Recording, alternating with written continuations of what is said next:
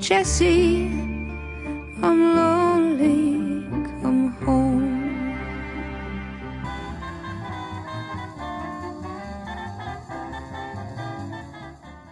Hey there. Are you ready for another episode of What's So Funny? I'll give you a sec. Okay, you ready now? Okay, good. I'm Guy McPherson, and on the episode tonight, we have stand-up comic and comedy writer Jesse Joyce. Who's Jesse Joyce, you ask? Do you like those Comedy Central roasts? We all do.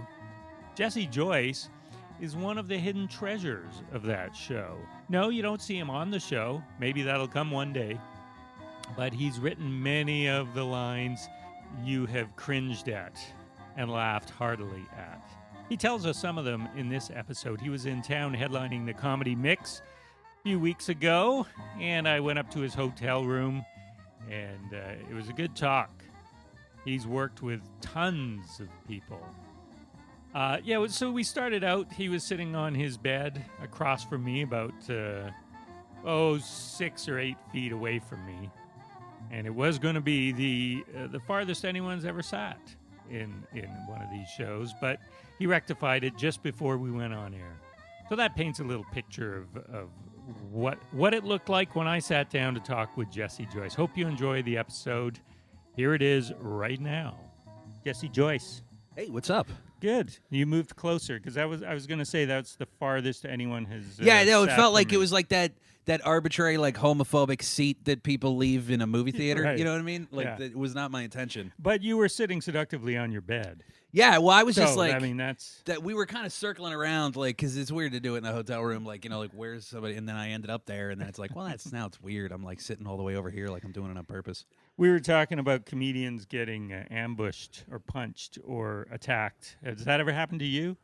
No, never. Good. Yeah. What, if it I'm did, always and I don't want to like sound like better, but like I feel like I am always able to outwit, like the staff will like, do you want us to come up and kick this guy? And I'm like, no, I got it. Like I don't ever want them to kick somebody out if they can.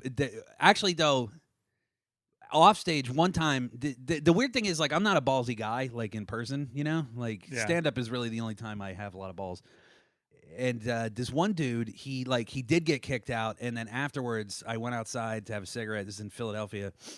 And I just lit up the cigarette, and the guy goes, by the way, can I curse on this? Yeah, go ahead. I didn't. All right. So the guy goes, hey, man, you got us fucking kicked out of there. And, like, something about that just made me snap and I was like, you got yourself kicked out of there. And I threw my cigarette in his face. Like, I've never done that in my life. But it was just, like, the impulse was to, like, fuck you. And, like, he was way bigger than me. And it was, like, somehow I got it to where he then apologized to me, and then I got him to go in and apologize to the club. And, like, I don't know how the fuck... Because that's the thing. It's like, I'll just go into like, if somebody fucks with stand-up, like, I kind of go into this sort of, like, overconfident, blind rage about it. It's all in the attitude.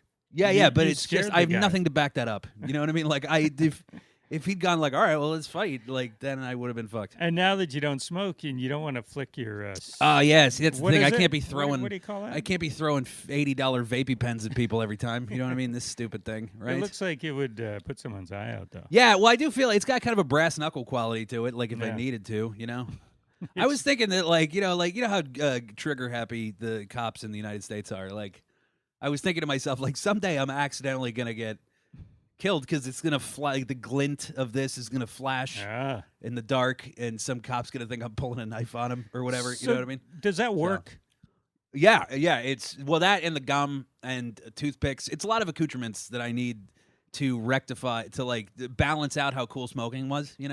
I need three things. Like, see, I have my little case of toothpicks on the table there. Toothpicks are cool. Yeah. That's exactly what it is. The toothpicks they do the they have an oral fixation. The oral fixation, but mostly it's to replace the cool factor. You know what I'm saying? Because the gum and the vaping pen are not cool at all. So I need the gum is kind of cool. But like, the vaping pen, it doesn't make you stand out. It's not unique enough, Like smoking is unique. Yeah, well, anymore it is. You know what I mean? Like days, nobody's a smoker anymore. You know what I'm saying? So, but yeah. lung cancer. So That's not cool. yeah, that's why I had to fucking. Not that I have lung, but I don't think so. But anyway, but I had to. Oh, and I got an app too. Like I have so many things. This app is amazing because it's different than other apps in the sense that what it does. This is the cool feature. Like it tells you how much money you saved, and it tells you how many cigarettes you didn't smoke, and it shows you like how your circulation's improving and everything. But this is the number that's awesome. See that number, the fatality number? Oh, geez, 2 million. Oh no, there's Yeah. dot. No, So no, that's but billion or no. That's like a decimal point. So it is. It's two. in what time period? 2 million. Since I quit smoking in Oh, 184 days, 2,451,482 people. What? 483. Okay. just went up. Sorry, yeah. buddy. Give me a second. Hang on. 484. See that? Yeah. Like you just. So when I first quit smoking, I would just flip this app on and just like watch people die. You know what I mean? Because that's what the beauty of it is. It turns it into like a competition with the world. You know what I mean? I'm Where winning. It's like I'm beating. Look how many dumb people I beat. 2.5 million people. When did you quit? 184 days ago. Oh, I missed that. December 8th. December whatever that was. Yeah. So You think you envision a time when you'll be off the pen and the I don't gum? know. I don't know. I have to have some. Yesterday, by the way, was like no bullshit. Was a decade that I quit drinking. So I quit drinking on June 5th, 2005. Congrats. Thank you. And so I need something, you know. So then I smoked for a decade after that, and then Oh, that's now- when you started? Well, no, I had smoked before, but I Oh, okay. I doubled the amount I smoked when I quit drinking. Yeah, you know? because you quit drinking. Yeah, because I needed something to like sort of compensate for the bad behavior, and so it was smoke. And now, like I got nothing, you know, really, like because I'm engaged, so like I can't, you know what I mean? Just Engaged to a Canadian. yes, to one of you people. Yeah. How do you feel about that? I'm thrilled with it. Yeah, she's awesome. So Where did you meet? Is she down in the States? No. She's in Ottawa. Like we have maintained a Oh. long distance relationship. So you came Like- up and worked. Like if I was like a high school kid, people would think I was, like had a fake, because like Canada is the American excuse when you don't actually have a girlfriend, like, oh, she lives in Canada. It's like, Oh, yeah? easy. Because it's like, well, I'm not going to get my passport stamp to verify whether or not you have a girlfriend. So, but no, for real, she's a real person and she lives in Ottawa. And what are you going to do when you get married? We're moving in together when we get married, which is like, sounds like real, like fucking, Duggar family, traditional old school bullshit. But like, it's just the way that it's going to work. What do you coincidentally. mean? You're moving in together. Isn't that how it works? Yeah, but no, like everybody these days, It's like not will just the just have Duggars. their girlfriend move in, and then like nobody I see. waits till After they're you're married, to married. get to move in together. I You know what I gotcha. mean? Yeah. So And- it's kind of an exciting proposition because it seems fun to me. Like because I was married once before, Yeah. and we did live together, and so And it didn't work. yeah, and first it didn't work, but also like the wedding itself was like dumb because it's like all right, well, see you at home. You know what I mean? Like it's there's no point. This will but, have like. This will be magic. Yeah, this is kind of a cool thing because then like we get to like move into a house together. You know what I mean? And realize, oh my God, who is this person? Yeah. I mean, yes, and then right. There's obviously like I'm gonna hate her because of the way she sleeps or whatever. Like I've slept with her. I just want to I get laid. I just want to be clear. So, but yeah, Every yeah. time you're in Ottawa. So I assume you're not going to be moving to Ottawa. No. She's gonna move, and that's the thing. I don't even know where I'm gonna live because see this. I have 3 months of luggage with me right now Oh yeah. because I left my apartment in New York City to come here on Thursday, but I am going to Los Angeles and I'm gonna be there for 3 months. So this week. Like this is like a transition. So you might either be in Los Angeles or So that's New the York. thing is figuring out whether I'm going to be in LA or New York at the time. And as much as I would love to own a place in New York, I think it makes more sense to get a place in LA. Have you like lived- not get rid of my New York place, but like kind of base of operations there for a little while. Have you lived there before?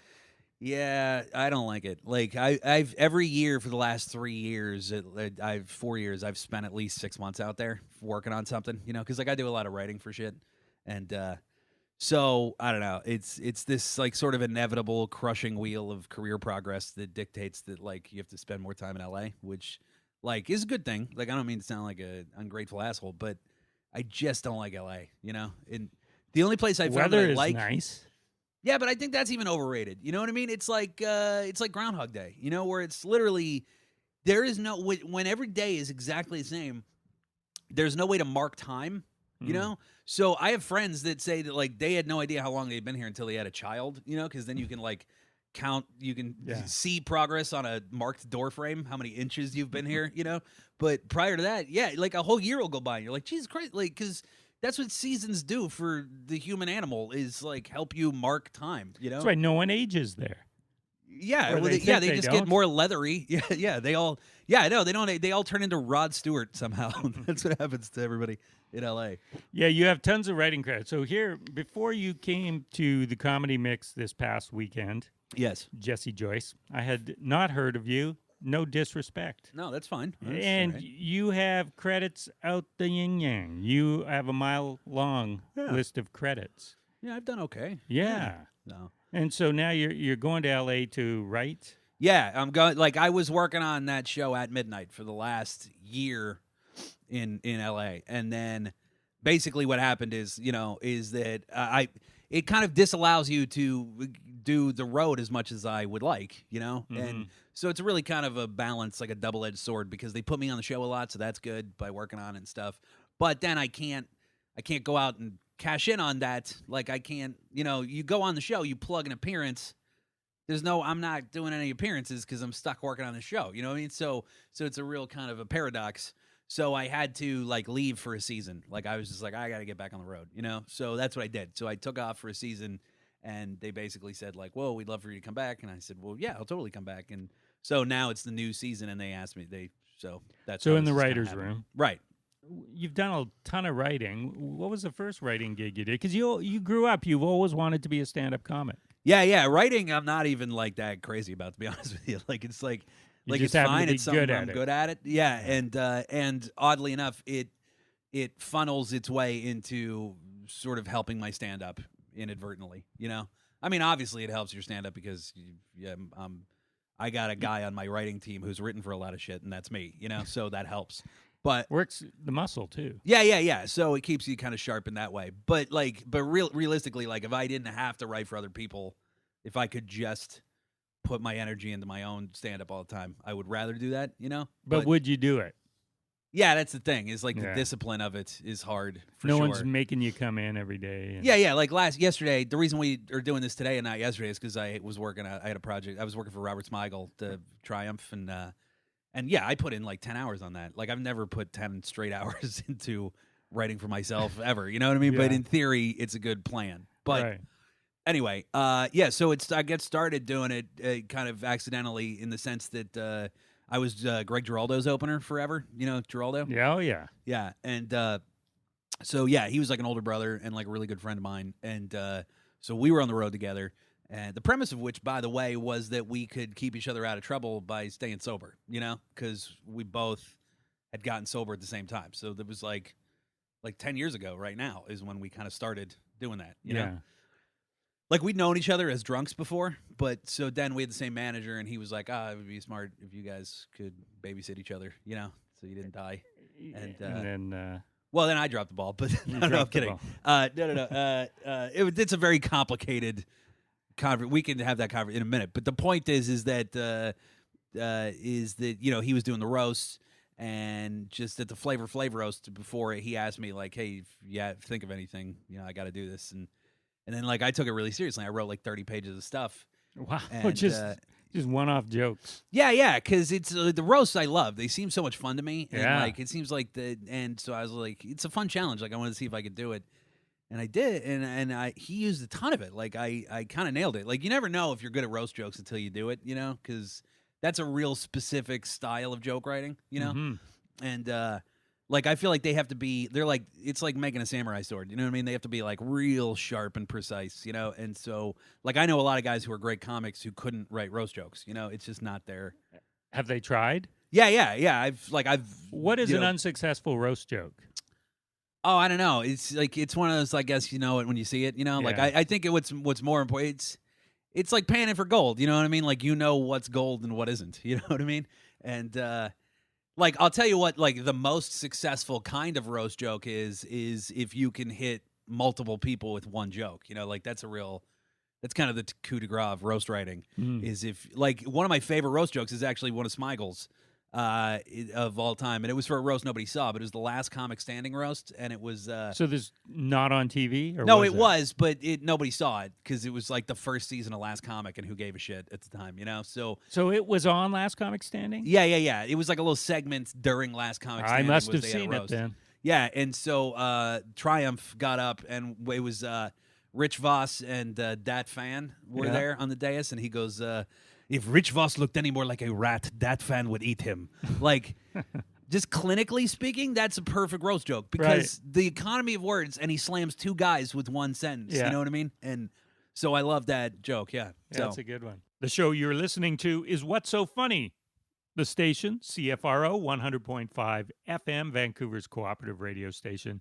The host, me, Guy McPherson, and our guest, Jesse Joyce. Yeah, so you look for multiple targets, precise, and not too many words. Yeah, Got to hit quickly. Yeah, and like it's a lot of analogies. Like analogies really like are kind of the key to compare something to something else in roast jokes. Really, like I get quoted a lot in the roast writer community as having one of the sort of classic roast jokes of ever. And it was, but again for a roast nobody saw. It was the Cheech and Chong roast on TBS. And I heard about that one. But Ralphie May was there, and the joke, that was in Denver. No, or it was Colorado, in Vegas. It was during the Vegas Comedy Festival. Oh, okay. It was on TV, but like it was a disaster, the whole roast. But Greg was on it, and he killed. And the one joke was, Ralphie, you fat fuck, you're the only guy who watches porn and comes when they deliver the pizza. So guys like that one. So anyway. But yeah, and then Comedy Central did a top 10 best roast jokes of all time, and I wrote 2 and 7. So, and 7 was from the Flavor Flav roast, the very first time I did it. Hit me with them. They're not my favorite, but Yeah. 7 was Ice-T, you fossil. Ice-T is so old. The first thing he bought with his record deal money was his freedom. Right, that's that one. And then 2 was on the Cable Guy roast, and it was topical at the time, but it was Lisa Lampanelli. Is a lot like that Octomom. She hasn't had 8 babies, but she has had 80 fingers inside her at the same time.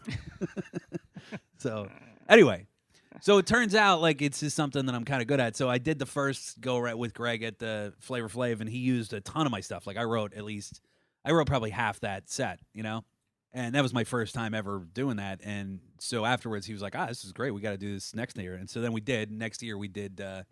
The Bob Saget roast, and after that, we kind of made it like an official partnership thing. And Greg had so much clout and street cred in that world that is suddenly like being Greg's guy had carried a lot of weight, you know. And so people started taking me seriously. And Greg was way cool enough to bring me like the after party. Like people come up to him and go, "Oh, I love that Lisa Lampanelli," and he would go, "Oh, Jesse wrote that," you know. Like he didn't have to do that, but he would give me credit for it, you know, which is really nice. And so it kind of got my name known as like, oh, I guess this guy is a pretty good writer. And the roast staff would know that too, because it was like this, it turned into like this fun competition because you're holed up for like 3 weeks. And especially if you're writing for one guy, then you don't know what the rest of the staff is doing.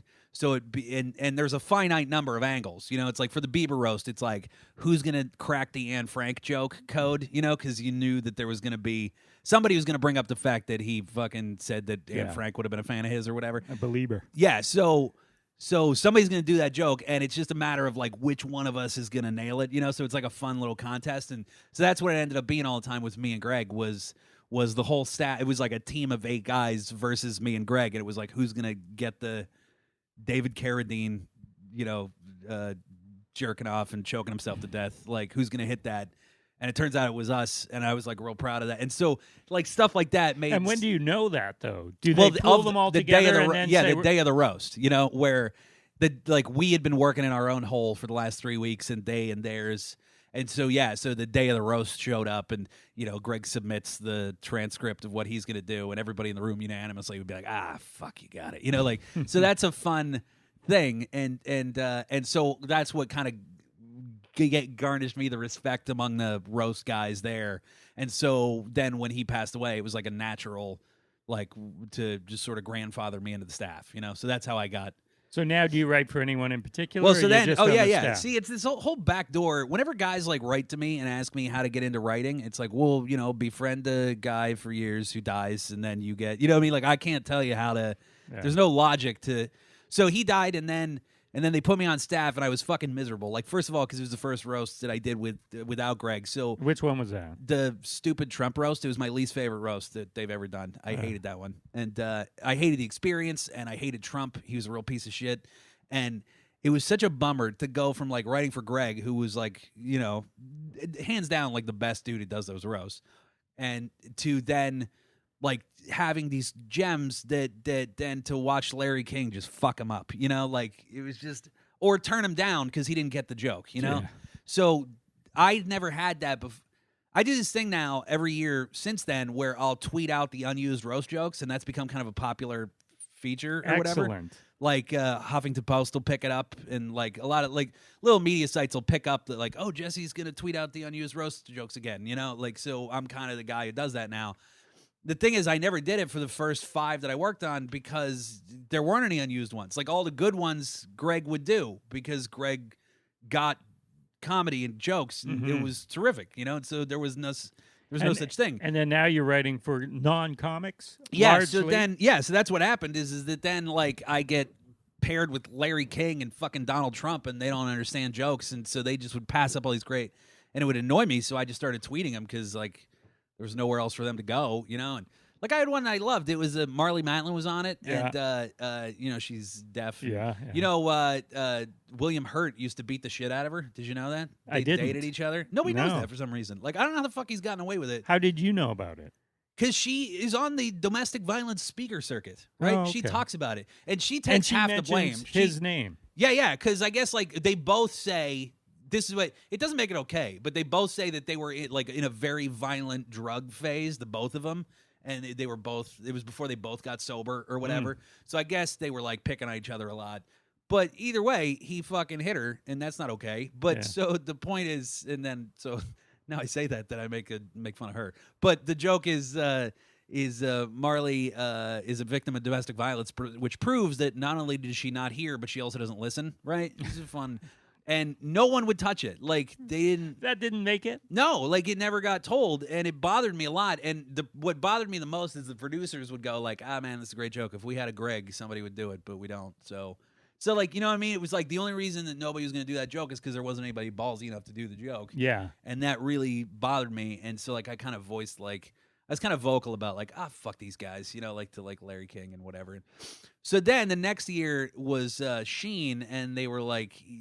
Basically had a conversation with me that I seem to work best with like an edgy dude that has balls, and so they paired me with Seth MacFarlane, and that went great. That was like, oh hey, this is like the old days because Seth would do whatever like edgy thing I thought was funny, and so then he really liked it, and that's what then I started writing for Seth at that point, and then from then I just became one of Seth's guys. So like every time he does an award show or whatever, he'll call me, and then that's how then when he got the Oscars, I got to write for the Oscars. You guys are right for the Oscars. Once you write for the Oscars, then everybody thinks you're like a legit writer. So then somehow now like people are like, oh, well, I wrote for the So kids, that's how so it's you all do backdoor it. bullshit. That's You see how what I you mean? do Like it, I yeah. can't possibly explain to you the logic. Like I never submitted like a resume or a writing packet or whatever. You know what I mean? It's just So yeah. But you didn't get picked up by Donald Trump to become his writer. Ugh, God, I've had comedy interactions with him, and he is such a fucking douchebag. I wrote for Joan Rivers for this thing called what the hell was it called? How'd You Get So Rich? It was a cable show. You probably don't. No, I don't know it. They revamped Lifestyles of the Rich and Famous, basically. It was that, except the difference was it was all new money people, like people who made their money in goofy ways, and she was a cunt. So, like, that's the difference. Like, how, like, Robin Leach was always, like, basically hand-jobbing these, like, third-generation rich people, Oh, and Joan Rivers hosted, and she was not nice to these and people. yeah, she would go to like the guy who invented the Snuggie and make fun of his stupid house, so that was like the premise, right? And it was really fun, and she was hilarious. And so basically they just literally brought me along, and I would like go to these mansions with her, and just like whisper jokes to her while she interviewed somebody. Like that was, or I had a whiteboard and I would like quickly scrawl while she was talking to the guy who invented the Hawaiian Tropic brand, right? And he had this like real kind of gross, like scumbag, like virile 70-year-old kind of house. Like there was like all these like porny kind of statues everywhere and stuff, and like murals of like big titted, you know, like truck stop chicks on the wall. Like it was real gross. And so anyway, so like she'd be in the middle of kind, and I would just like scrawl on my little whiteboard a joke, and I like would show a it cue to card. her. Yeah, basically like a cue card, and I would show it to her from across the room. And she's like in her 70s, you know, and like this is what made me stop being ageist about comedy, because like before I was always like, all right, I get it, you know, you had your time, you know, like. But, you know, it's an old style. Like, because a lot of guys you see, and they are kind of like David Brenner, I couldn't give a fuck about. Like, he was awful because it's like he didn't evolve at all, you know? But even in his heyday, I never really cared for him that much. Yeah, well, you know, he really thinks that he's owed a big thank you card from everybody in stand-up comedy. You know what I mean? Like, he invented it. But there's no way to cheat time with comedy. So it's like, if you've been doing it for 50 years, you're going to be great at it. Like, Dick Cavett is fucking hilarious. Like, I've hung out with him, and, like, there's certain that... You just, by nature of the fact you've been doing it so long, you're going to be hilarious. And, well, Joan Rivers was fantastic. Yeah. And so she was so sharp. Like, she's a lady in her 70s, and she'd be in the middle of a conversation with a person, and I would be across the room, and I would scrawl some shit, like, you know, bullet points and show it to her, and in the middle, she'd glance at it during the conversation and cut right back, and then... like, fix it. Like, she would punch up what I wrote. You know what I mean? And it was fucking amazing to see her do that. And I forget why I brought that up. But, oh, yeah, because we had to go interview Trump. That's the whole thing. And, boy, was he a fucking idiot. Because they were like, to me, they wanted to do a man-on-the-street segment where he gave financial advice to people. But they quickly realized that, like, you can't actually, in TV, you can't actually get people on the street. You know what I mean? They're really dumb. Like, they don't. It doesn't work as well as you'd think it would. So a lot of times it's like cast, you know? Really? Like they get like interns or, you know, the sound guy. Like people affiliated who come up and do, you know, it's not really an actual genuine dipshit off the street, you know? You're blowing my mind. They can't be trusted, you know? Yeah. And so, because then also you got to like hunt them down and get them to sign a thing, and sometimes they won't. And then if they said something gold, then it's like frustrating because like, well, what's the point of that? You know what I mean? So anyway, they had me. They're like, why don't you ask Trump like a financial question? And they're just like, you know, like make it cute and funny, like not obviously funny, but just like some size. So and you were supposed to be just a a guy on the person. street, right? Okay. So like I go up to Joan has the mic, and she's like, and she pulls me aside and like, would you got anything that you want advice you want from Donald Trump? And at the time I was about to get married for the first, and so I said, and it ended up being prophetic, but it wasn't. I go, hey, Mr. Trump, I'm about to marry my first wife. Do you have any advice, right? Because, he's been married a bunch. And he's just like a humorless fucking robot dipshit, and he was just like, why would you call it your first wife if you haven't been? And it's like, I know, dummy. You know what I mean? Like, he just, and then the experience of writing for him on the roast was the worst, because he would send the script back, like we'd send him a script that we were working on, and he would send it back like all blacked out, like redacted, like a real estate contract or some CIA dossier, you know? And it's like, nobody asked you to do that, dummy. You know, like, we just wanted to see if you could say these things. But he literally would cross out like every punchline. Like he'd leave the setup. Well, he knows comedy. Yeah, well, that's the thing. That's what he would do. And his only contribution was, for example, there was a joke where it was like, what's the difference between basically it's him owning his own hair thing. And it was, I've heard all the jokes. What's the difference between Donald Trump's head and a wet raccoon? A wet raccoon doesn't have $3 billion or whatever, right? And he would cross out 3 and put 7, you know? So it's like, oh, yeah, that's what you just added a syllable, dummy, you know? And then the classic one, my favorite, is there was some joke about him living in a space station. Like, he doesn't even live on Earth. Like, he's caused all these problems like bed bugs and, smallpox and whatever. And he actually doesn't even live on he just like looks down on the shit he's ruined. And from his 25,000 square foot penthouse space station, like marble, whatever. And he crossed out 25 and put 50. You see what I'm saying? Like, he needed people to know that his fictitious space station was bigger. You know, like that's what a fucking asshole. His fictitious bank account too. I mean, he went Yeah, bankrupt once. yeah, he totally went bankrupt. Yeah, And so I've always been suspicious of the amount of money that he has. I think he likes that perception. I could be completely off base. Maybe he does have it. But either way, he has at least $1 billion, which is more than we have. So yeah, but he wants you to know it's 7. Yeah. But that's the goofy thing is that he wanted you to know he had $7 billion, and it's like in the world of jokes, all you did is add a syllable. You know, they didn't contribute anything to the comedy. So, what happened to my little vapey stick? Where'd it go? You must have slid into the crack. Oh no, here it is. Not yours. Do you see what happened? Do you see how panicked I just got because like my nicotine delivery system was suddenly amiss? Take a whiff of that. Yeah, hang on. All right, we're gonna. All right, it's all right now. Okay. Now that does nothing to me, right? No. It's just well, you know, I mean, this good. is brand new. The science is still out. I'm sure you're going to get some kind of secondhand cancer from this, but as far as we know now, this is healthier than cigarettes. So I'm sure you're going to get dipshits on the internet who write to you like, "Well, you don't. Here's some things you don't know about whatever." Like conspiracy theorists, dummies. The show you're listening to is What's So Funny. The station, CFRO 100.5 FM, Vancouver's cooperative radio station. The host, me, Guy McPherson, and our guest, Jesse Joyce. So now, what about the fact that instead of writing for all these people on the roast, do you ever just say, "Hey, put me on"? Oh yeah. I'm writing these. Oh no, for sure. Like that's a conversation we have every year. And they go, no. Because with Geraldo, the joke was, hey, nobody knows this guy. Yeah. If you notice, they don't really put nobodies on anymore, you know? Like, they don't. The last nobody that they had, I think, was Jesselnick. You know what I mean? That was the last time they had a nobody.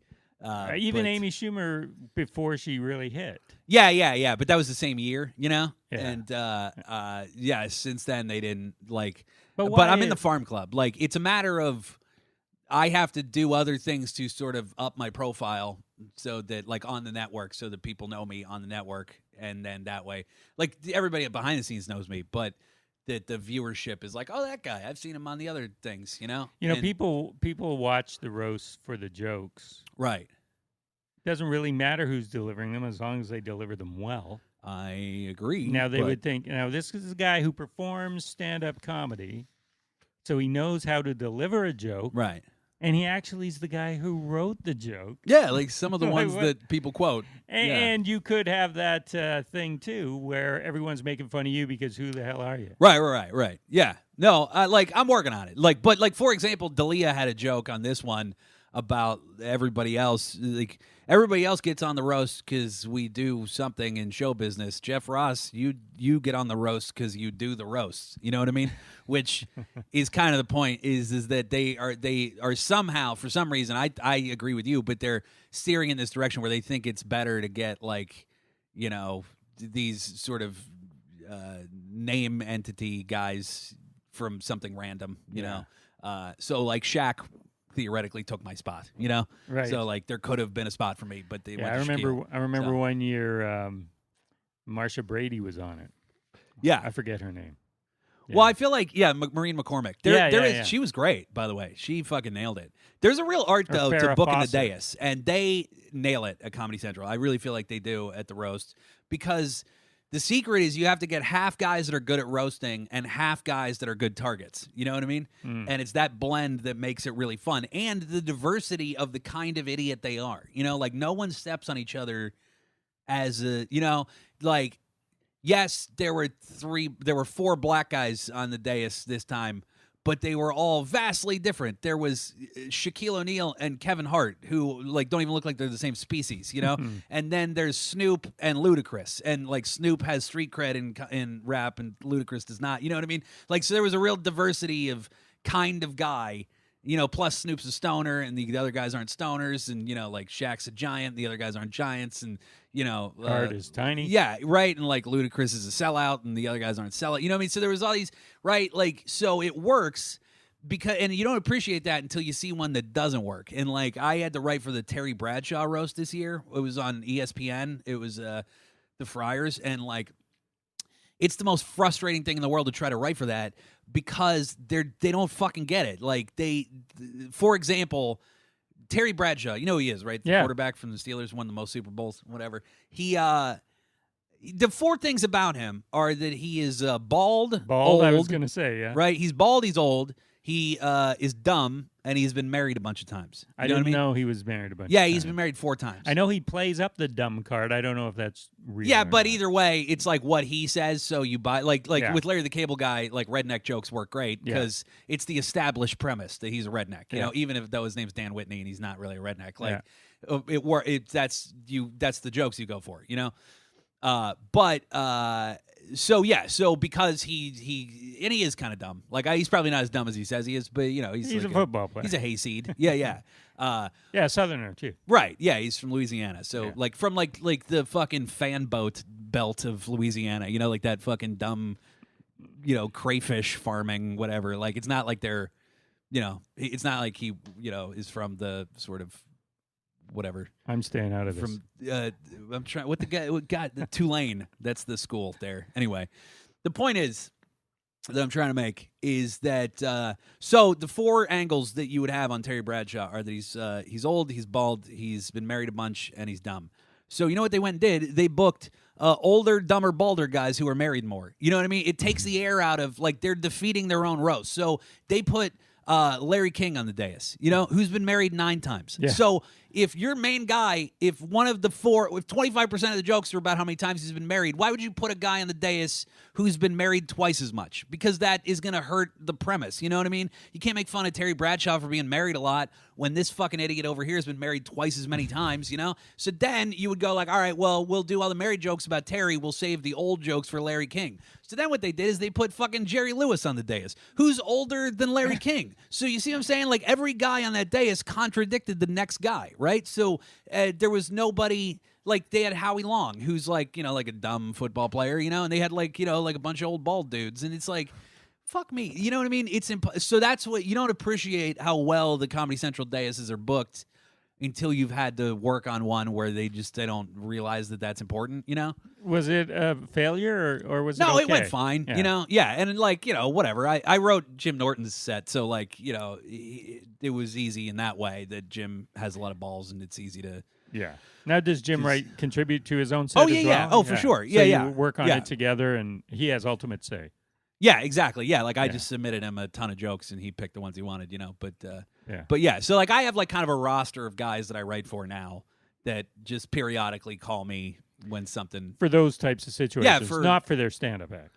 No, not usually. Like there are a few guys that'll ask me to write stuff for their act, but for the most part, the sort of like roster of guys that call me because they have a specific project going on and like need help jamming it out, you know? Right. Especially because from their perspective, and that it's like this is like a one-off thing that I'm never going to use these jokes again, and I'm a busy person and I don't have the time to devote to like making this as good as I want it to be for the fact the cost benefit ratio of me wasting this many hours working on this when it's only going to be said once, you know, so that's why they'll hire me to do it, you know? Do you get, without getting into specifics, how do you know how much to charge, or is it a union thing where? No. I literally make it up every time. Like it depends. You know, it depends on. I mean, and there's certain guys that I worked for years that take care of me that I don't. You know, and they're pretty well off dudes, and so it's not a thing. Like I've never once quoted a number to Seth MacFarlane. Like he'll just send me a check, and it's always very generous and nice. You know, Oh, so good. that's.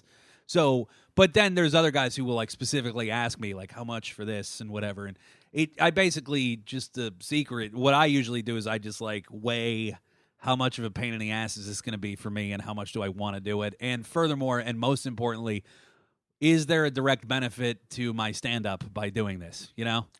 And what would that direct benefit be? Well, for example, like, you know, I'm not doing this because, like, Jim's a friend of mine, and I like Jim a lot. But, like, you know, Jim is on the Opie and Jim, you know, like, that's his and he does. So I get to do his show a lot, you know, and then that gets my name out. It gets more people to come out and see me, and I get to plug my dates, and people come out and see him. Right. That kind of thing. And, you know, Jim did the Vice show this year. Vice Magazine gave him a show. And it was on their internet thing, and it was like the Jim Norton show or Oh, whatever. wow. And so I wrote the monologues for that, and he, you know, made me a producer on it, and that helps because that's like my first producer credit. So now, like the next time, you know, people, right? It all funnels back into stand up. Yeah. And like Attell, I write for Attell a lot, and so Attell asked me to work on Comedy Underground because he had just done an hour special, and so he basically burned all his jokes. So now he had to host this 8-episode stand-up series, and so he didn't have any. So he asked me and Mike Vecchione. So the two of us basically like helped him write the sets that he was going to do for that show. And then obviously he was like, and obviously you're going to be one of the 20 guys on the show. So like he gave me a spot on the right. So Nice. So that's really worth it for me. Yeah, On the other hand, there are other guys that like this is like a one-off thing. Like this hasn't happened yet, for example, but this just is a phone call I got like last week. There's some dude, he plays in the NFL and he wants to do stand-up, right? And through recommendation, like somehow he got to me and was like, hey, would you help me write some, so like if I do that, that's going to be like, well, I'll have to determine how much that's worth for me to I want to try right? out. I want to try out in the NFL. Yeah, exactly. See, like I'm not going to play in the like there's, you know what I mean, right? Yeah. And it's not like I do things for other people so they do things back But that's for me. odd. Somebody wants to get into stand-up and then they ask somebody to write them jokes. Yeah, or it's odd. It should be more like you're helping him craft his own jokes that he's written. Like, hey, this would work Yeah. better I over think that's more what. Yeah. I'm not entirely sure, but I suspect that's more what it's going to be. But the other thing is that, and I do understand this at a point, is that if you're kind of a higher profile person, you can't open mic the way the rest other people do, because people do know you. Yeah, they and can. so as a result, exactly. like Steve-O. Yeah, so there's an expectation a little bit just because you're a famous guy, even if like it's not him. But for example, like Dan Marino can't just go do an open mic without a bunch of people tweeting like, "Oh my God, I just saw Dan Marino bomb at an open mic." You know what I mean? Yeah. So they have to have something, right? Yeah. So I think that's the guy's fear. Is I would like to have some sort of, you know what I mean? So. Well, it's not Dan Marino, but when I'm sure there's only one. So when this guy does come out and do stand up, we'll know. Yeah. Well, I don't know if it's gonna happen or not, but yeah, I get random calls at this point a lot. Like, I don't know. Did I tell the Matt Lauer story? No. Because I did it the first show last night, and I think it's a really funny story because it just happened, but. Like most of the guys I write for make sense. You know what I mean? You would hear their name and you go like, oh, okay, right. Because like Seth and, Geraldo and Attell and Norton. And yeah, they're all of a particular right? style. And Chris Rock and guys like that. So it's like, oh, okay, right. They're comics. That makes sense that they would ask another guy like that to write for. But then there's one guy that makes no sense that is like a quote unquote client of mine, and it's Matt Lauer, right? Like, and he doesn't need to be funny very much, but like twice a year he has to do whatever, Kimmel or the Tonight Show, or he has to host some, banquet for the media. So not on the Today Show. What's it? No, never on the Today Show. But like when he has to do a comedy program and be pithy. So he'll do is he'll call me and go like, hey, I need some jokes. And it's like, all right, what do you need? And he'll like, tell me a couple stories that happened to him that he thinks are funny. And I'll like help just kind of craft it into more of a joke, So whatever. He's a great guy. I've never met him. Like that's our whole relationship is he calls me twice a year and I'll write him some jokes and he sends me a check. Right. So anyway, so he called me like a month ago. This is a true story. And he goes, hey, this is a weird story. Last night I called you. It was like midnight, but I figured that'd be okay because you're a comedian, so you'd be up. And I said, hey, Jesse, I need some jokes. And the guy on the other end of the phone goes, what? Hello? Who? And I said, Jesse, I need some jokes. And the guy goes, Matt Lauer? And I looked at my phone, and I called Jesse Jackson. He accidentally called a 78-year-old civil rights leader, guy who was standing on the balcony with Martin Luther King Jr. when he was killed, and dude who ran for president in the 80s, Jesse Jackson, who... is 78 years old. So me like he was like, well, first of all, that means that our numbers are next to each other in his phone, which I think is fun. Right. But also, that guy was like totally asleep for sure. It was midnight. You know what I mean? Like he's not up. So like, what a confusing because we have the same name, and he kept insisting, Jesse, I need jokes, and like to get woken up as a 78. You know what I mean? Like he had to snap a light on. He probably started too with Jesse. Yes. Yeah, exactly. Right. Yeah, and then insistently, like Jesse, I need jokes. And then it's like, what the fuck? So he had to like put on slippers and like I love the idea that he would have hung up the phone and been like, well, okay, and like banged out 9 pages of anti-Semitic jokes from Matt Lauer. He must have seen me host SNL. Right? Yeah, exactly. Right. And so Matt Lauer then gets this packet of like 2 Jews find a penny. What? Like I can't use any of this.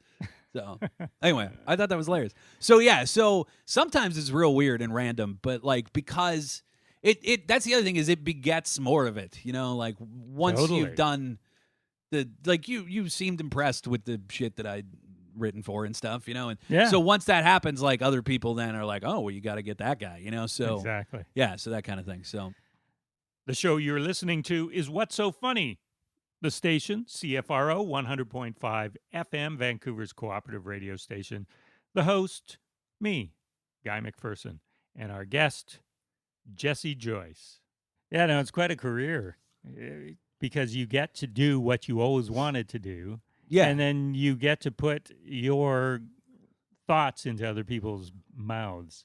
yeah, well, that actually sometimes like it's nail bitey, you know, like it's more frustrating than not much. Like the guys that I have as like the dudes that I trust, that are the guys that I'll work for every time, are those guys because I know that they're not gonna fuck it up. You know, like they will nail the joke, that they'll do justice to the joke. Yeah, so now when you're working with a newsman or an NFL player, Right. this could be a reality show where you just get some Joe Blow off the street, And try to fix him and make him funny, right? write an act for him, Right. put him in a club, Yeah. and just see how he does or she. Like I wrote for Smigel's another one. Like Smigel's amazing. Like everything that you write for him, he makes 1,000 times better. Like not even just for on the level that doing it in that like Russian Catskills voice, it just makes everything funnier. Just to do it like this, you know. Like I wrote one today that I thought was pretty funny yesterday. That was because he's doing this thing for the Guys' Choice Awards where it's like the douchebags of the year, where he basically just goes through a rundown of everybody who was an asshole this year. And like for example, like one of them was Ben Affleck got in trouble this year because he tried to cover up the fact that he did like a program where they like researched his ancestry, and it came up that he had a slave owner. His great grandfather was a slave owner. Oh, really? Yeah, and then he tried to bury it. And the fact that he tried to bury it, like get it kicked off the show, was what people were like. Everybody else, like whatever good and bad comes out of that, but he wanted to try to suppress it. So that the news kind of latched onto that as a thing. And whatever. I mean, I don't blame him, but it was it's generations funny. ago. Yeah, but it's funny that it's a good joke angle, you know. Yeah. And so the joke was that I don't know what's worse, finding out that Ben Affleck 4 generations ago had a grandfather that owned slaves, or the fact that he insists on calling him great. So whatever, but it's so much funnier. It's not nearly as funny if you don't say it in the Triumph voice. Yeah, in the Triumph voice. So I love writing for guys like that because I know they're gonna do a great job with the joke. But but I wrote for Jeff Dunham, and that was like a kind of a more trying experience because he doesn't really tell jokes, like He has conversations. Yeah, they're little like sketches almost, like a little story. So a lot of times he would do the story part and just take out the punchline, and it would still work, like it would crush in front of the crowd. So. So at the end of the day, it's not that satisfying in a way because you're like, oh, well, like, can't really tell people I did that. You know what I mean? Because Wait a second. Which is Jeff Dunham? the guy with the puppets. Yeah, that's what I thought. So, yeah. Yeah. So which puppet were you? Oh, no, I You were was just making like, jokes. just in general, like you write for like all of them, So like it was like, it's kind of a funny story because this is a particularly arbitrary and fascinating moment, I feel like. So, I went to his big house.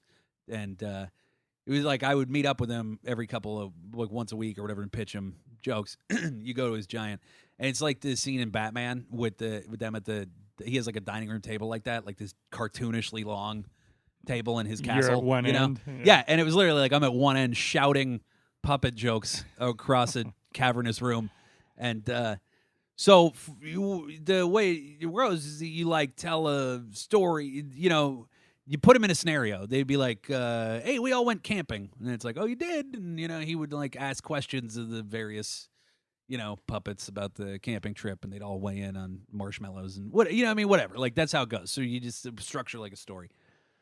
So I go in and I shout to him, like, all right, Jeff, I had, like, 6 pages or whatever, where it's like, all right, so I figured they all went skiing, right? And this is just as good as camping. Sure. Or whatever, And, Puppet on skis. yeah, right. And he goes, let me stop you right there.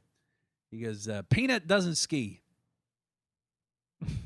And like I thought he was joking, and he just stared at me, and I was like, "What?" Because I was like, "Well, make him ski. Like you're him, right? Like you can just have him ski if you want him to, right?" But it was like a deal breaker. So no, he he's terrified of skiing. Yeah, he just won't. You're never gonna get him to ski. So it just killed every. So like there's 6 pages that like never got.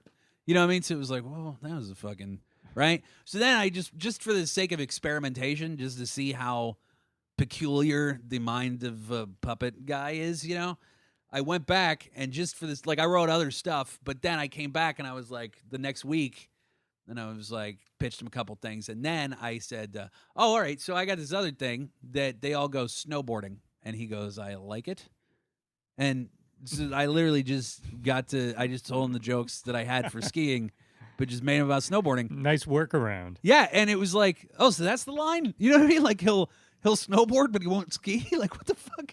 It seems like such arbitrary. You know what I mean? It was a weird.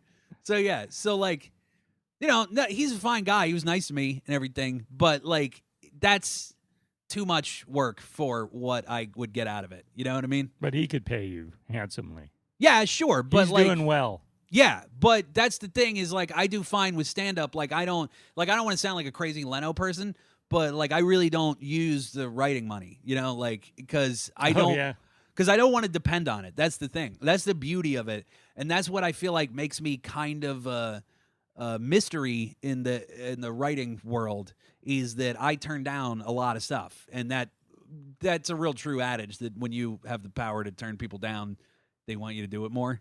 Like it's a weird. Like saying no to a thing is really valuable. The hard thing is that you never say no to things you actually want to do. Right. It's a lot easier to say no. Like it's a good idea in principle, But like if somebody wanted to offer me an hour special, I would never play the game of like no, thank you. But I know from the lessons I've learned in writing, I absolutely should say no because then they come back and it's even better the deal that they'll give you. So yeah, I don't really pursue it ever. It just kind of comes to me.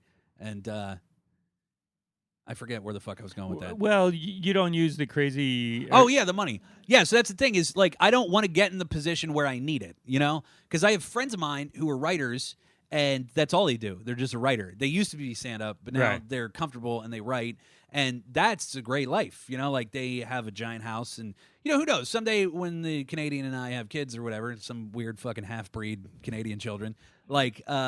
maybe that'll be important to me to stay home a lot, but I still love the road. I love doing this, and so I never want to stop doing it. And I feel like a lot of guys don't have the same passion for traveling and being on the road. Yeah, and it's wearying. Being on stage. Yeah, like they like the world of comedy, but so if they can get a writing gig, they're happy. They're thrilled to just stay in the same, come home at 5 every day and. I don't want to do that. You have the best of both worlds, and you can work from anywhere. So right, you're not going into an office. Yeah, I every got day. to do it from fucking awesome Vancouver with this view, looking out the window. It was great yesterday. So the point is that I have a friend, for example, and I use him a lot as an example, but he's a really good friend of mine, and I respect the hell out of him. He's really funny. But he wrote for Conan for like a decade or whatever, and then when the transition happened, he didn't get brought back to do the next thing, right? And for Conan. And so suddenly, after 12 years, he was just in the cold. And in that interim, before he landed on his feet and found other gainful writing employment, there was like a real scramble for him where it was like, fuck, what do I... And so he had to take an interview with the WWE, the wrestling thing, to like write fucking little sketches and skets, for the fucking... You know how gross that would be to like write wrestlers... script, you know what I mean? That seems so awful to me, and that's because he didn't have a stand-up, So that's like one of my sort of whole founding premises on this writing thing, is I never want to paint myself into a corner where I have to write for the WWE. So that's why writing is not my main thing. No, I know, but it's like I always have, like there's been times where I've worked on a show on like a staff, and then the show doesn't get picked up again, and everyone is devastated except me. And like, I have to quietly go like, guys, sorry, that sucks. And then I was like, I get to go do stand-up. You know what I mean? Like, I'm free of this writing gig, So what are you doing in L.A. for the next 3 months? Working on At Midnight again. So that's the thing is I took like, because I told him, I basically like quit the show because there wasn't a thing. They couldn't like guarantee that they'd save a job for me. But the premise that we both worked on because we both like each other was, all right, you take a season off and hopefully we can have you come back at the end of that season. And then that's exactly what worked. So I have, unlike anybody, like my dad thinks it's insane that I could have like a good job and then leave it for 16 weeks and then come back to it, but that's exactly what happened. So, and this is going to be like a desk job, though. You go in there. Yeah, you have to go in every day. And it's fun, like everybody who works there is a brilliant writer and they're funny and Hardwick's awesome. And then, like I said, also, they put me on the show every fucking 5 or 6 weeks. Like I get to do it. So it's like 8 weeks, like every 2 months I'm on the show, which is great. And do you do his podcast? I haven't done his podcast, but I'm sure I will when I'm out there. I'm sure you will, and then that'll help also. Yeah. Your stand-up. Nothing against. So, like, everybody's great, but I just loathe sitting at this same fucking red light at this same time every day. Getting in there at 9 a.m. And you don't like the routine. No, I hate. That's why I like this adventure of getting to go. 2 weeks ago, I was in fucking Busan, Korea, and I got to see that place, and I went to Okinawa, Japan, and I got to eat a fucking live eel and shit. It was like it's amazing. A live eel? No, it wasn't live, but I'd like to think it was. It was recently dead, recently. A military tour? Yeah, I did the military, like the Marine bases in Japan and Korea. Yeah, and you don't get to do that kind of shit if you're stuck in a writer's room. No. So yeah, I have made the most out of this last 16 weeks. Like I've been all over the goddamn place and seen really cool shit that I would have never seen if I was stuck in a writer's room. And and it's your first time in Vancouver, right? Yeah. And unfortunately, like I had a writing thing all day yesterday, so I didn't get to see the town. But today I'm going to go out and check it all out, and I'm very excited about it. And I wish I had more time because, No, we're going to be talking all afternoon. Yeah, you're not going anywhere. So what have you learned about Canadians? Oh, I know a ton of shit about you guys. Because you're now one of you. Yeah. No, but I've been coming engaged. up here for years. Yeah. This is my first. I headlined in Canada before I headlined in the U.S. Oh, yeah? In Ottawa? Yeah, no, it was at Montreal at the Comedy Nest. That was the very first club I ever headlined. And I feel like being an American comic, you get a little cachet, up here. Like, same thing with being a New York comic in America. Mm-hmm. If you just by nature of the fact that you're a comic from New York, the rest of America kind of respects you a little more. And I feel like that exact same analogy transfers to here. Like, just by nature of the fact that you're an American comic, you get a little street cred. Depends where you're from. Yeah, so maybe it is because I'm a New York guy that I Yeah. get street cred up here. Yeah. But the point is that I got to sort of headline before I was ready because that guy Ernie Butler, I don't know if you ever knew him, but he was awesome. I didn't know him, but I know of him. Yeah, he was the greatest. And so so he gave me a shot when I was like 23 or 4 or whatever, and I got to headline. So then every year I would come up here, and I've always loved my parents are real Canadian files for some reason. Like, Really? they're not Canadian, but they always were. And like we went on vacation up here a few times, and so it's just in my brain, it's always been like, oh, Canada's really great, So like ever since I was a kid, and now they own a house in Nova Scotia. My parents do. Like, it's nice. Like it's like a summer place. Like they live in Pittsburgh, but Yeah. they have like a place on the ocean, right in. And you've been there? Oh, a bunch of times. I love it. Yeah, it's great. So then you also play in the Maritimes. Yeah. And like the thing is, there's nothing to do there. Like, so I've actually like cobbled together shows. Like I've done shows at like fire halls and shit up there just to do, And Hey, I'm in town. Yeah. There used to be this pub called Ginger's Pub in Halifax that I would do every year, and it would be an excuse to go up there, and then that closed, and so I don't. But but I've gotten to know like a ton of Canadian comics, and I've done the East more, but I've done Edmonton and Calgary a ton of times, and this is the furthest west I've ever been. Now you'll be a regular here. Yeah, well, I'd love to. Yeah, this is super great. But you guys are really cool. Like I've always dug Canadian. Like I feel like on average, and I know that this is gonna fucking inflate your dumb ego, but like that Mine? You people Yeah, like that okay. on average, you guys like are smarter than Americans. Like, that is like the dumbest demonstrably Canadian true. is still smarter than the dumbest American. Like you guys still have like stupid. No, that isn't. You have a lot of dumb people, but Yeah. but they're still smarter than the dumb American. So you can And get away you're with only more. as smart as your dumbest person. Yeah, exactly. Exactly. I don't know if that should be a bumper sticker because It should that's be. terrific. And the other thing that I like about you guys is you are really sweet, and so since I have kind of an edge to me, it's very fun to like poke you in the face, like to pop that little bubble and like you're very shockable as a people, you know. Oh yeah. And I think that's fun. Yeah. And how does that come across when you're on stage? Is it people shutting down? Is it them? No, them like gasping, which is really fun to me. Oh. You know, yeah. Like I can't believe that guy just said that. You know, and like actually, I think I might have done the joke. I have a joke about when I worked for the Census Bureau, and one time did I do that joke? Yes. And how I went into this lady's house and she had a naked 12-year-old in the house, and he wanted to piggyback ride. And this is a true story? Yeah, it's a true story. He like kept like climbing around behind me on the couch and tried to jump on my shoulders a couple times, and like I'm trying to just find out like, you know, what their annual income is. Like it's just fucking really uncomfortable. And so anyway, so the joke he was autistic. Yeah. Well, that's the punchline is that I don't know if that's ever happened to anybody here, which is no, obviously it hasn't. And so I go, so I'll just let you know what it's like if you're a heterosexual adult male and there's a nude autistic 12-year-old boy dry humping the back of your head, your brain shuts off, and it's like a healthy defense mechanism. So whatever. So that's the premise, and then I have more to it. But some guy came up to me last night and was like, "Oh man, when you said that autistic kid thing, I couldn't believe it. But man, it was really funny. Like, but you know what I mean? Like, no one's ever called me out on like that was like a deal breaker, you know? But it was just cute to me. He liked it though. Yeah, no, I know he liked it. Yeah. Yeah. But he was just like, man, that was rough, you know? Like, so that's not even. I wouldn't even have put that in my top 20 edgiest references. But especially because it happened. Yeah, but like everybody has like a line here, which is fun, you know, and it's like a different line, so it's fun to to constantly the whole show. You're just like fucking breaking through everybody's line, you know.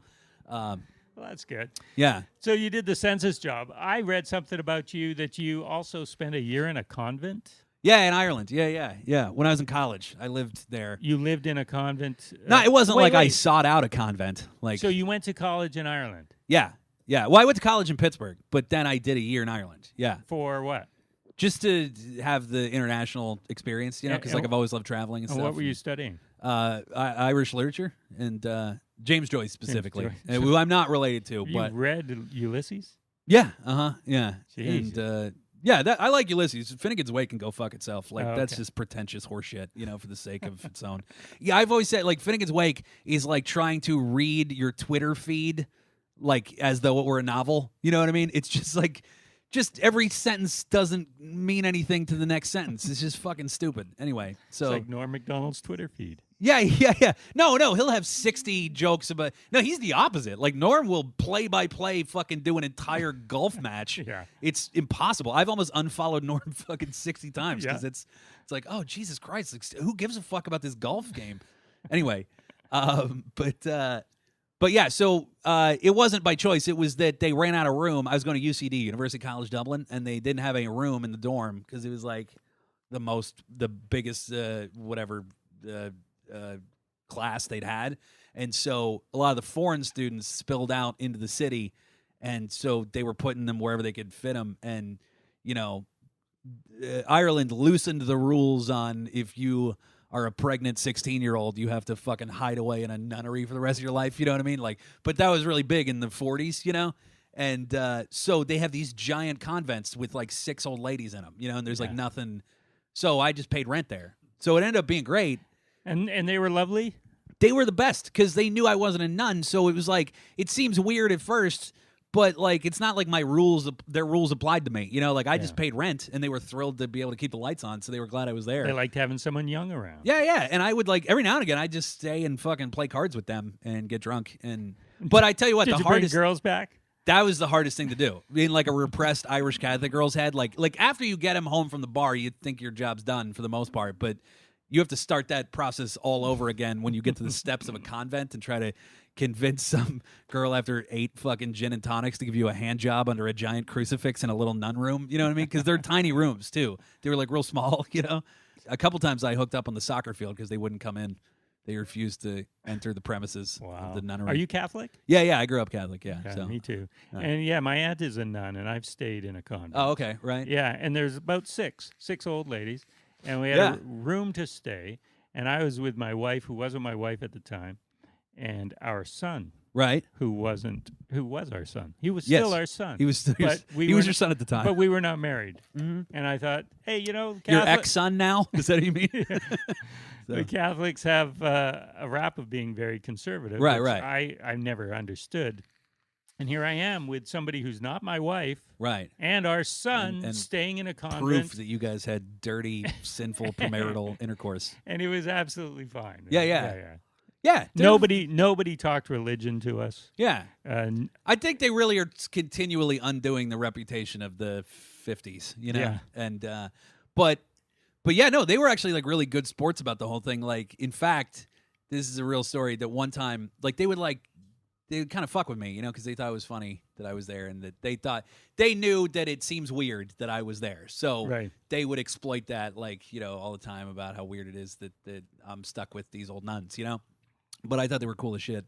But yeah, so one time I did get some girl to come back, and it's this giant, like, it's exactly how you picture it. It's like the Tudors, this like great big old hall, with like, giant vaulted ceilings and a huge fireplace with a fire in it, and they're all in like leather chairs playing cards and fucking drinking and whatever. And drinking. yeah. Oh yeah, just Jameson at night. Yeah, and because they're all in their 80s, they're retired or whatever. Yeah. And so I would walk. You'd have to walk past this giant staircase in order to get like up the stairs to get to my room, and you have to walk right past that hall. And so I had to sort of like give a speech to the one night stand I was about to get a hand job from, that like they are cool. I like before they ran the gauntlet of nuns, I had to like explain to them, like, it's just, I'm paying rent. It's totally fine. Don't worry about it. I know it seems weird, but they're going to be cool about it. I have their blessing. Yeah, exactly. Right. And so sure enough, we get all the way through and nobody says anything. And I say hi and they say goodnight. And we get like right around the corner and one of the little nuns goes, "Will your friend be staying for breakfast?" And they all started like, tee, right? And then like the girl was just mortified because basically they just called her a whore. You know what I mean? And yeah. But you got to remember, like, most of them are there because they fucking got knocked up when they were 17. You know what I'm saying? Is that right? So yeah, for real. Like, that's what the Irish were terrible to, like, girls in the, you know what I mean? In like the fucking Angela's Ashes days. That's all they would do is just like, if you got my own grandmother, her sister, they like in my grandmother's 70s met her niece for the first time, who was like in her 50s. And it was a baby that they basically, like, as soon as her sister got pregnant, they like whisked her off. And she had the baby in secret somewhere, and then put the baby up for adoption. And then she came back like a year later, her sister. And so there was just this baby. She just like, they didn't know they were related to, because like nobody spoke about it. And then this 50-year-old broad like looked up my grandma. Was like, "Hey, I think you're my aunt," and whatever. You know what I mean? So because that shit was like shameful, whatever. Yeah. Back in the day. So yeah, it was great though. It was a cool experience. That's where my alcoholism really blossomed there too. Did by it? The way. Mm-hmm. You could have been married to an Irish woman. I suppose so, right? But what are you trying to talk me out of the Canadian relationship for? No, I'm not. I'm just saying, think of all the relationships you had there. Oh, right. Yeah. Yeah. Oh, sure. Yeah. Yeah, no, I keep in touch with some people that I met there and stuff too, still. But yeah, it was a blast. It was a great time. No, we look forward to welcoming you into the Canadian family. Oh, thank you. Yeah. No, I feel qualified. Like, I know you guys, pretty well.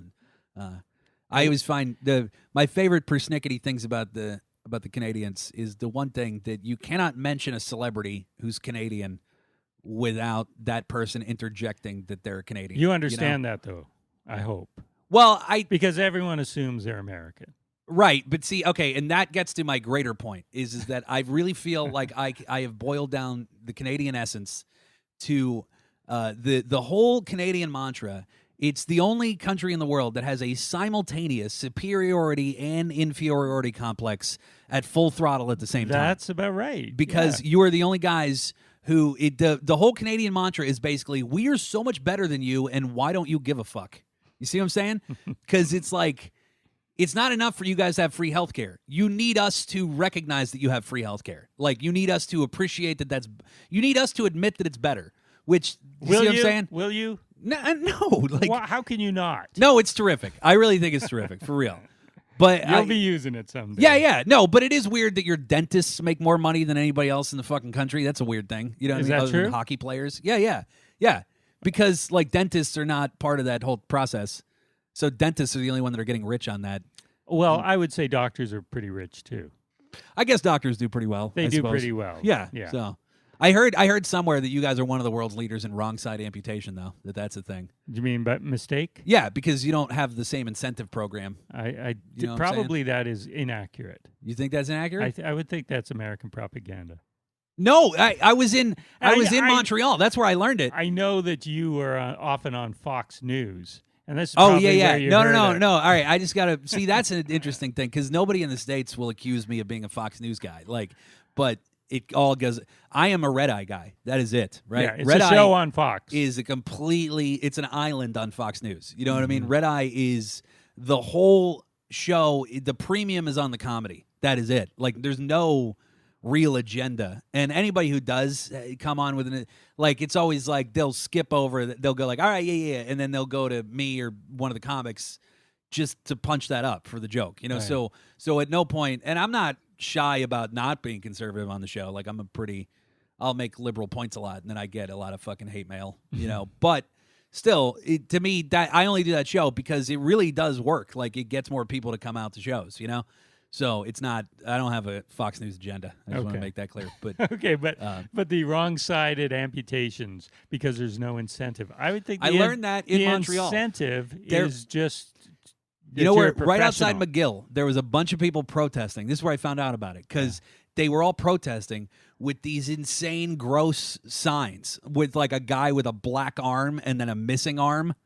Like that's what it was, like a shirtless torso, and the guy had like a blackened arm, and then the other one was missing, and they were like protesting something. I didn't quite understand what the protest was for because it was in because it was French. Yeah. But I talked to somebody. It was like it's right by where that big free that book exchange is outside of church, right next to McGill, and I was kind of getting the gist of it. And apparently, that's somehow what they were is like wage something with doctors or whatever.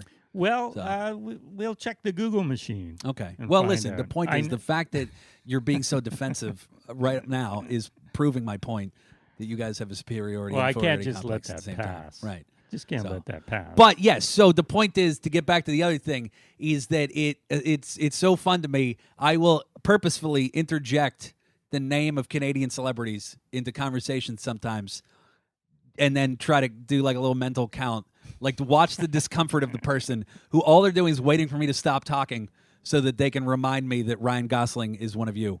That's right, So, he is. He's yeah, from now I know. Vancouver, isn't he? Yeah, yeah. Is he? I don't know. I'm not sure. See, I don't think you mentioned any Canadians while we were talking, though. No, because we're having a real, but Yeah. like, no, you know, I would have probably. Said I'm sure you would have. My fiance does it every time. Still, even though I call her out on it every fucking time. Norm Macdonald. Oh, Yeah, we yeah. talked about him. Oh, we I did. didn't and say you he did, was. You sure Canadian. didn't. But I think that it was clear you He's knew from that Ottawa. I knew. Yeah, no, I know. Yeah, you know I'm that. aware of that. Yeah, Ottawa. Yeah, I am. Your I am new more well hometown. informed about Canada than I think your average American. You're from Pittsburgh. Here's Yeah. what I know about Pittsburgh. All right. Dennis Miller, Yeah. Michael Keaton. Yeah, that's right. That is true. That's true. That's about it too. Like, That's it for comics. yeah. No, and you. No, yeah, comics you can really name them on one hand, like who came out of Pittsburgh ever, and in order, in chronological order, it is Dennis Miller, Mario Joyner, Billy Gardell, Eddie Ifft, Steve Byrne, me, Jesselnick. That is it. No, you missed Michael Keaton.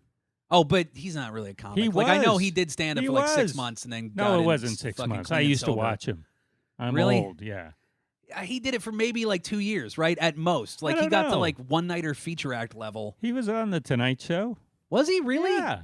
Are you sure I am he did stand up positive. on the Tonight Show? I don't Yes. think he did. Yes, he did. He did? Yeah. Really? Yeah. On Carson's Tonight Show, he did stand-up comedy, not panel. Yes. Yes. That blows my mind. I didn't We know that. will Google that, too. All right, I believe you. I totally believe you. But And probably also Evening at the Improv. I know he did that because I've seen that. Yeah. Yeah. But everybody did like 6 of those. Yeah. So, but yeah, he's a Pittsburgh guy. He's actually still like he comes back a lot. He's like kind of a proud Pittsburgh dude. Yeah, no, I liked Yeah. him. But I have I still consider that to be like where I grew up and everything. You know, like it's my home or whatever. But I haven't been there, and I mean my parents are still there, so I go to visit. But I haven't. I've lived in New York my whole adult life, so How I many kinda years consider now? myself more of it. Like this August will be 16 years. I Wow. think. No, 15. This will be 15 years coming up. So yeah. And that's where you started stand-up? No, I started in Pittsburgh. I Oh. started when I was 17. So I'm 36. So I'm kind of at a weird advantage in the sense that I started a lot younger than most people, you know. Did you do it in Ireland when you were there for a year? Yeah, I did. You did? Yeah. So, at the International. Yeah. They have a different style. They're very storytelling. Yeah, but I was really new. That was like I'd been doing stand-up for like 8 months when I went over there. So I was super green. So I only did it like a handful of times because I wasn't that confident yet, you know. But subsequently, I've done like tons of international shows everywhere, like, and I get that. So, but yeah, Ireland is they're not as bad as the British, like, but the British are the worst because they're like a fighty, like they're super confrontational when you do stand up. Like they think heckling is somehow part of the whole deal. Yeah. You know? So they're just constantly trying to like fucking one up you, you know, with these like terrible fucking like Guy Ritchie extra dock worker dipshits, you know. So yeah. So you followed stand up as a kid. Yeah, it's the only thing I ever wanted to do since I was real little. Who are the great unsung heroes in comedy that you liked? Who maybe aren't the huge names? Unsung. Let me see. Well, because like the guys that really influenced me, like the guys that I grew up with that have done good are Chappelle and Jon Stewart and Geraldo and you know those guys. Like those are the guys. But when you were a kid, they weren't around.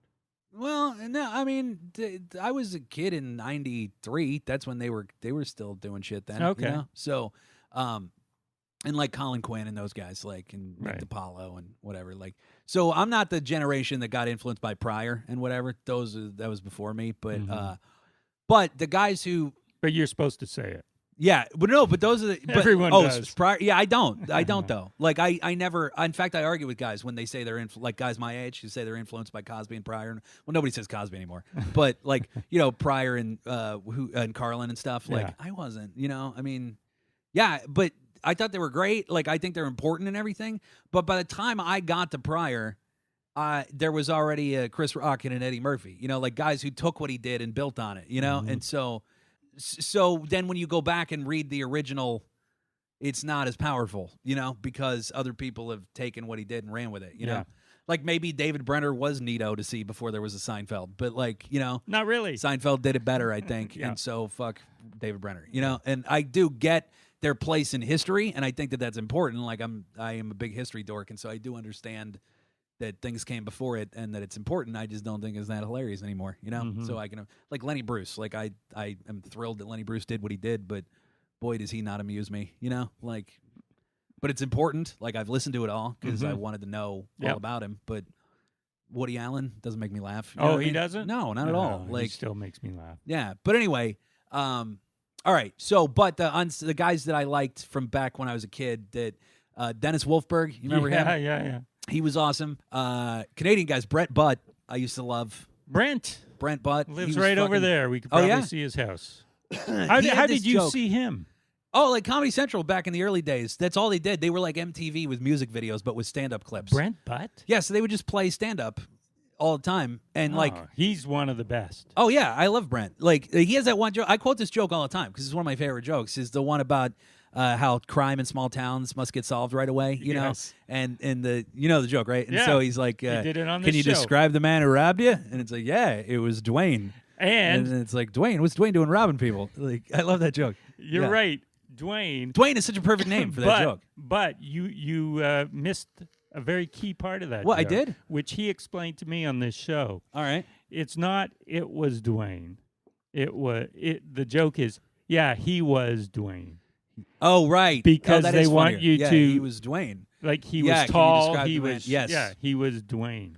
Yeah, you're right. That is funnier. Yeah. Yeah. I mean, that's how good. I mean, in particular, he is. I think the police have it easier, though. Huh? Police have it easier in a small town, especially when it comes to investigating crimes. They're like, "Can you describe the man who robbed you?" Yeah, it was Dwayne.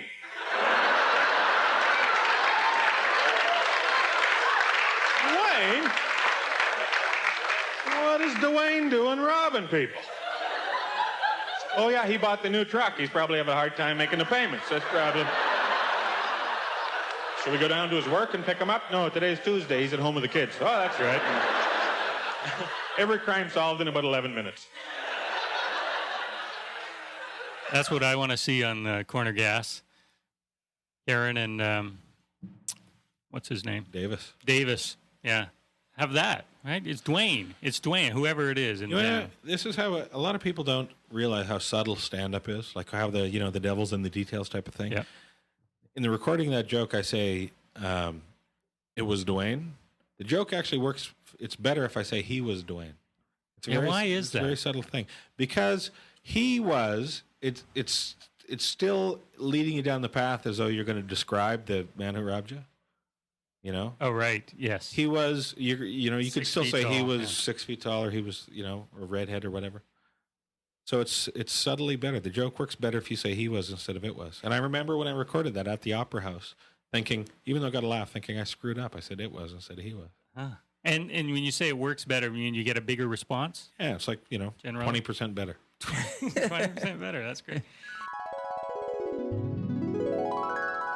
You know who I used to love is, speaking of other Canadians, is Corky and the Juice Pigs. I thought they were hilarious. Like Sean Cullen. I think Sean Cullen is so great. Like still, like I got to work with him in Montreal, and man, I think he's so talented. He's like Seth MacFarlane in the way that like he can sing and dance and do all kinds of shit. Mm-hmm. And that he had this joke on his half-hour special. Well, that song about the monkey is so great. But then he had this. The only gay monkey?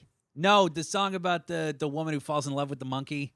And then they get like shunned by the villagers. You know this? No. It's such a great. And so basically they go off in the woods, and then like 20 years later, like this half-breed monkey comes down to the village and has this beautiful, and like the key changes in the song, so it's like this like sweet part, and the monkey explains how we all have to come together as people and like, whatever, love each other, and like just kind of like reads the golden rule and and then the villagers beat him to death with a rock. Like, and it's such an abrupt end to the song that's really, I'm not doing it justice, but it's great.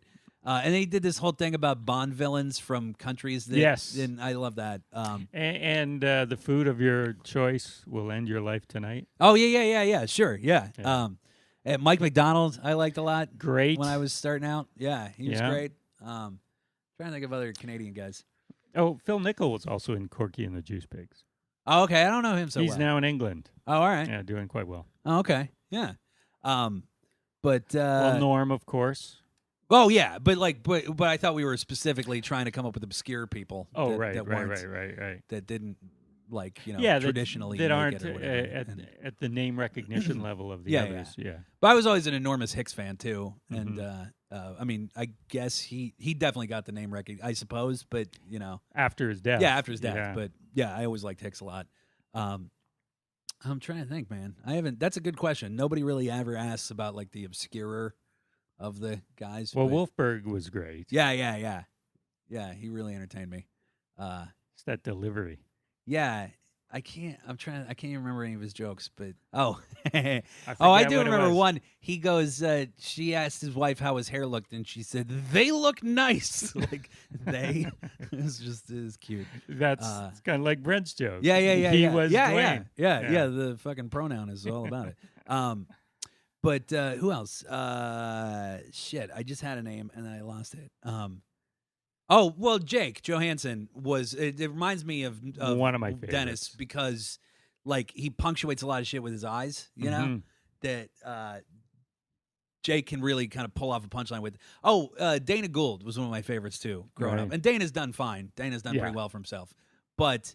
I used to like Dana like way back, and Joe Bolster was great. You remember Joe Bolster?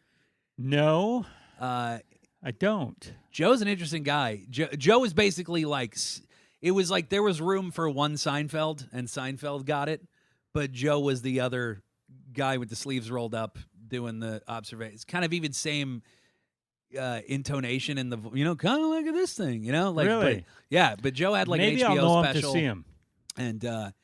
And Joe's interesting because his entire family is the most successful you can be, like at their various fields. Like his brother won an Olympic medal for something, and his other brother does something at the Pentagon, and then like his sister is like a nuclear physicist or whatever. Like he has like 10 siblings, and like every one of them like kind of achieved the thing you can achieve in their field. It's except for Joe. Well, no, Joe got like 2 HBO specials and shit. Like in the but he could have been the late Seinfeld. 80s. Yeah, but at the time, Joe, like on paper, Joe's done everything you can do, pretty Right. much. You know, Is he still doing it? Yeah. I see him around. Like he opens for Regan a lot. Oh, Regan's another one, but Regan's big. Yeah. But yeah, he opens maybe for I've Regan, seen him with Regan. and he he does a lot of corporates and stuff like that. So yeah, who else? I liked Rich Scheidner. I remember him. You know, he was all right. Yeah. I don't know. That's a fun thing to think about. I haven't thought about this in a long time. But I used to do that every day. Like I had a friend who was really interested in stand up, and the two of us, like that's all he would do all night is like watch Comedy Central because it was new, and I just loved the shit out of it. And then the next day I get on the bus and just like quote jokes that I heard, you know. So yeah, It's an early joke thief. yeah. Well, my uncle was a comic. That's why. Really? Yeah. How'd you fucking find the convent detail? And you didn't? They're usually in the same old bio that I used to have. No, I can't remember. But yeah, my uncle was a clown in Ringling, and he did stand up in the '80s for like maybe 4 years. So like he After got his to, like, clowning days. yeah, after clowning, yeah, and he moved to L.A. What was his name? Mike Joyce still is Mike Joyce, but yeah, he quit a long time ago. But he did it for about 3 or 4. He probably got to like the level of like one nighter feature act, you know, and. But yeah, he was open micing back in like the Jim Carrey, Margaret Cho era, you know, and he sent me a tape of him once at the Improv, and I was like 12, and it was the coolest thing in the entire world. Like the fact that I had an uncle who did it, Yeah. and like I ruined that tape because I watched it so much, and like I would invite friends over to see it, and like it was like having a fucking uncle who was an astronaut. You know what I Yeah. mean? Like it was, to me, the coolest thing you could possibly. And like that's when I made up my mind, like that's what I was going to do. And it seemed possible. That's the thing. Like I know a lot of guys start later in life only because they're like, well, yeah, but how would you get into doing a thing like that? You Yeah, know, they like, wouldn't even think of it as a real yeah, they don't think opportunity. that that's a thing people could really do. Like you're predestined to be a comic, and that's how it works. But so since I had a family member who'd done it, it seemed like, oh no, it was like a job option, you know. So there's like a newspaper article that I did when I was like 12 years old. Like they came and interviewed my class for some reason. Like it must have been a real slow news day or whatever. But they're just like, what do the kids want to do with their lives? Kind of a cute little fucking bullshit piece. And so I'm in the article, and it's like a little interview, and it says like, what's your happiest moment? And I said, telling a funny joke. I was like 11, and it said, what do you want to be? And I said, stand-up comic, which is awesome because I'm the only guy who's doing what he said he was going to do when he was like 11 on that list, you know? So That is awesome. yeah, That's so- a great story. yeah, so yeah, that's why also like the writing has never been that important because like I'm always going to be a comic, you know? So that's what I said I was going to do when I was a kid, you know? Anyway, Jesse Joyce, great talking with you. Yeah, Now you got to get out and enjoy the day. yeah, I got to see what fucking Vancouver's all about. Yep. I Be gotta accosted by Canadians name telling you drop Ryan Gosling every now and again and watch people sweat. So, he grew up right over there. yeah, so I meant to say Ryan Reynolds. I already used Ryan Gosling, but I know he's another one. of Oh, you yeah. people. Maybe that's who I'm thinking of. Maybe he's from here. One of the Ryans is from here. Right, Yeah. yeah. So. Maybe you see Brent out on the streets. Yeah, I would recognize him immediately. I think that guy's great. He's All hilarious. right. I'll tell him you said that. Yeah. Okay. Thanks a lot, Hey, Jesse. thanks very much. It's good times. Pretty good, right? Thought you'd enjoy that one. And would you have any idea that the guy who wrote all those mean jokes, but hilarious, lived in a convent for a year? I think that's a pretty nice twist. Anyway, yeah, hope you enjoyed it. And as always, we're back here every week, thereabouts, with a new guest from the world of comedy. Who will it be next week? Well, I wish I could tell you, but it's a surprise. That's because I don't remember who it is.